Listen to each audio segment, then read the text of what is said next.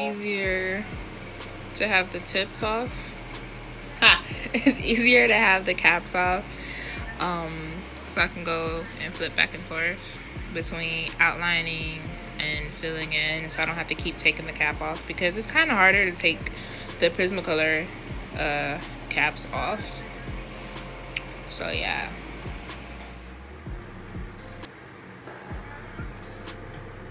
Sylvester is not my favorite Looney Tune character. He's funny though. I love him as a baby though, but my favorite is Tweety and Lola Bunny. Those two are my favorite Looney Tunes. I haven't watched Looney Tunes in a long time. Comment below who's your favorite Looney Tune. Like, I want to know.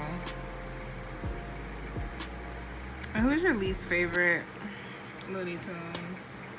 Like, who couldn't you stand? Like, is there a villain that you just got on your nerves every single time you watched it? I don't think I really had. I had one. I can't think of his name right now. I know it's a boy. He get on my nerves.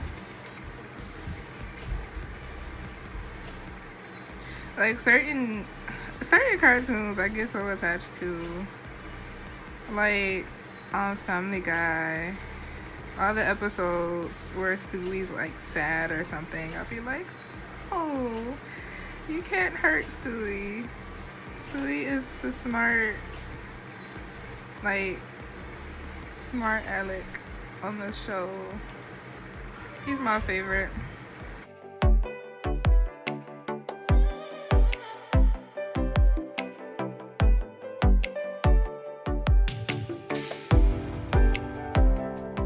I've only used this one sketchbook for this whole series so far. I just been going through it, and it's been like a learning curve for me because I've been using big paper and crap.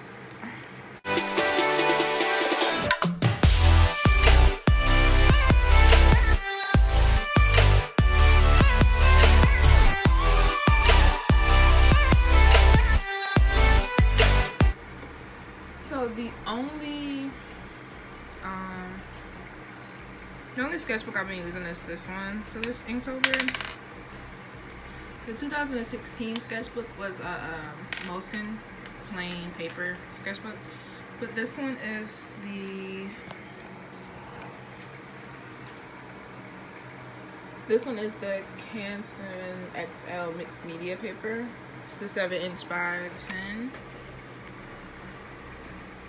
And it's a learning curve for me because I've been only really drawn with big sketchbooks, because in some of my art classes, well, actually not even some, all of my art classes, they require these big gigantic sketchbooks that we have to buy for that class. So instead of wasting my money, I just kept drawing.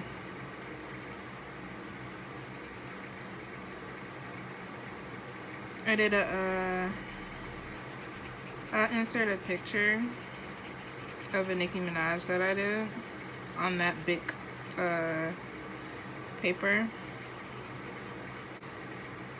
The difference between like the big paper and the small paper is you have to like really adjust to it because there's a lot of space when you're drawing on the big paper versus on the smaller paper. And then on the smaller paper you have to adjust for not having as much room. So it's like I tend to draw way too big on smaller paper.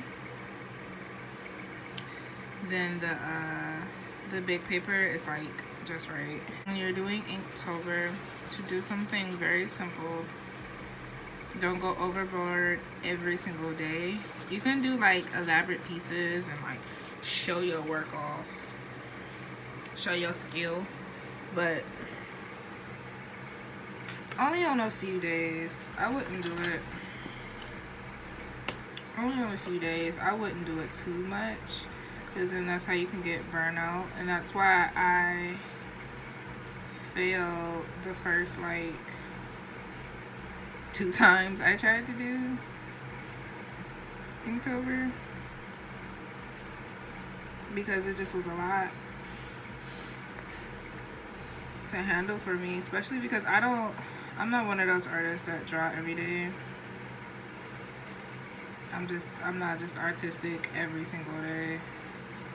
I am for the most part, but not like just with drawing.